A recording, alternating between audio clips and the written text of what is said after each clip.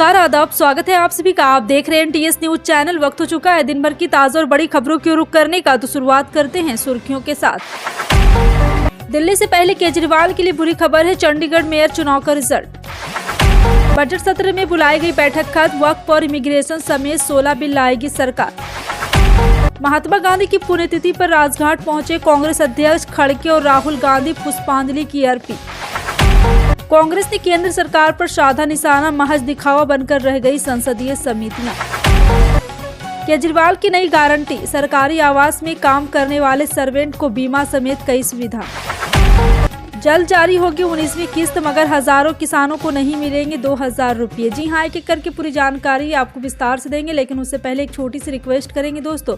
अगर आपको भी लगता है देश में होने वाले तमाम चुनाव ईवीएम से ना होकर के बैलेट पेपर पर होना चाहिए, अगर आप भी हमारी बात का समर्थन करते हैं तो आप इस वीडियो को लाइक करके चैनल को सब्सक्राइब कर लीजिए और वीडियो को ज़्यादा से ज़्यादा लोगों में शेयर कीजिए। और आप किस राज शहर से न्यूज को देख रहे हैं कॉमेंट में जरूर लिखिए। चलिए खबरों को जानते हैं विस्तार से।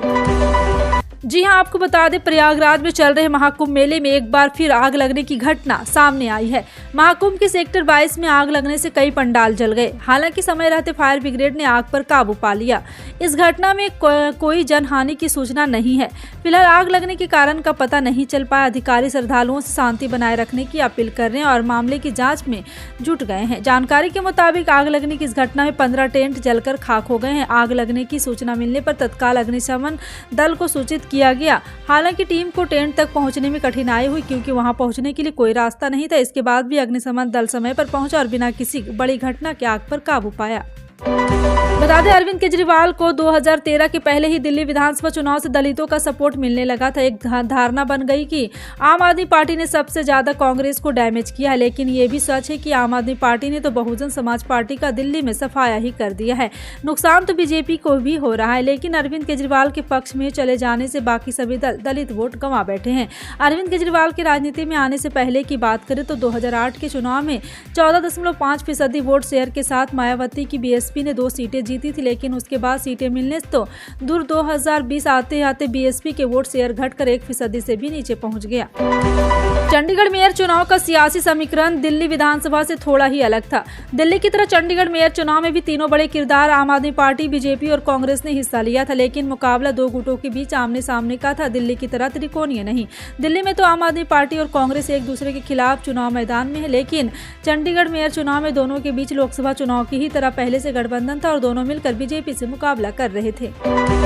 आप सांसद स्वाति मालीवाल ने गुरुवार को अरविंद केजरीवाल के घर के बाहर कूड़ा फेंका। 3 गाड़ियों में कूड़ा भरकर मालीवाल अरविंद केजरीवाल के आवास के बाहर विरोध जताने पहुंची थी। पुलिस ने स्वाति मालीवाल को हिरासत में ले लिया। इससे पहले स्वाति मालीवाल स्थानीय निवासियों के साथ विकासपुर के उस इलाके में पहुंचे जहां कचरे का ढेर लगा हुआ था। और आपको बता दें कि उन्होंने आप चीफ केजरीवाल की आलोचना करते हुए कहा कि हम यह कचरा अरविंद केजरीवाल के घर ले जाएंगे और उनसे पूछेंगे दिल्ली के हर इलाके को दिए गए इस गंदे तोहफे का क्या करें।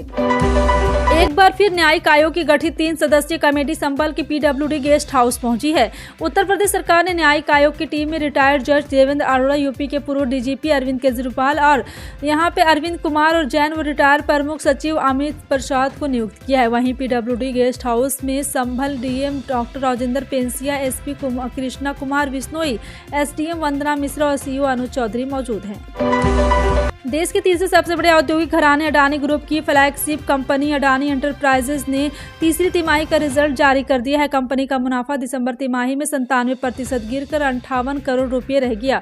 पिछले साल समान तिमाही में कंपनी को 1888 करोड़ रुपए का मुनाफा हुआ था। कंपनी के रेवेन्यू में भी 9% आई है। तीसरी तिमाही में यह 22,848 करोड़ रुपए रहा। इस रिजल्ट के बाद कंपनी के शेयर में भारी गिरावट आई है। बीएसई पर कंपनी का शेयर करीब 5% गिरावट के साथ 2202 रुपये पर आ गया है। उत्तर प्रदेश स्थित प्रयागराज महाकुंभ के दौरान मची भगदड़ को लेकर अब सियासत भी शुरू हो गई है। समाजवादी पार्टी के राष्ट्रीय अध्यक्ष और कन्नौज सांसद अखिलेश यादव ने राज्य और केंद्र सरकार दोनों को जिम्मेदार ठहराया है।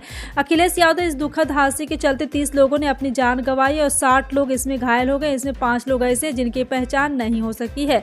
संसद की कार्रवाई में हिस्सा लेने दिल्ली पहुंचे अखिलेश यादव ने कहा, दुखद घटना है। सरकार ने प्रचार ज्यादा किया, लेकिन इंतजाम उतने नहीं थे। योगी सरकार द्वारा मुआवजे के ऐलान पर यूपी के पूर्व सीएम ने कहा कि 25 लाख की मदद राशि कम है। अखिलेश यादव ने कहा, महाकुंभ में जिनकी जाने गई और लापता लोगों की सूची जारी करे सरकार। आशंकाएं हैं, आशंका तभी दूर होगी जब सूची जारी होगी। सरकार ने संसद के बजट सत्र से पहले गुरुवार को सभी राजनीतिक दलों के नेताओं की एक अहम बैठक बुलाई। बजट सत्र की शुरुआत शुक्रवार 31 जनवरी को दोनों सदनों की संयुक्त बैठक में राष्ट्रपति के अभिभाषण से होगी। उसके बाद आर्थिक सर्वेक्षण पेश होगा, जिसके बाद 1 फरवरी को बजट पेश किया जाएगा। 5 फरवरी को दिल्ली में होने वाले विधानसभा चुनाव के चलते संसद की कार्रवाई नहीं होगी। सत्र का पहला चरण 13 फरवरी को खत्म होगा और दूसरा चरण 10 मार्च से शुरू होगा। बजट सत्र 4 अप्रैल को खत्म होगा। संगम नगरी प्रयागराज में चल रहे महाकुंभ में बुधवार को मची भगदड़ पर राजनीति तेज हो गई है। इस घटना को लेकर अब शिवसेना के नेता संजय राउत ने सरकार पर सवाल उठाए। उन्होंने कहा कि महाकुंभ में राजनीतिक दलों के वीआईपी नेताओं को दूर रहना चाहिए था। शिवसेना के नेता संजय राउत ने गुरुवार को प्रेस कॉन्फ्रेंस के दौरान कहा कि महाकुंभ 144 वर्षों बाद आया है और यह एक पवित्र संयोग है। सरकार और प्रशासन को पता था कि महाकुंभ में भीड़ होने वाली है। वे बताते कि 10 से 20 करोड़ लोग आएंगे। ऐसे आंकड़े बताकर उन्होंने महाकुंभ मेले की राजनीति मार्केटिंग शुरू की। नई दिल्ली विधानसभा सीट से कांग्रेस प्रत्याशी संदीप दीक्षित ने आम आदमी पार्टी के राष्ट्रीय संयोजक अरविंद केजरीवाल को चिट्ठी लिखकर जंतर मंतर पर डिबेट की चुनौती दी है।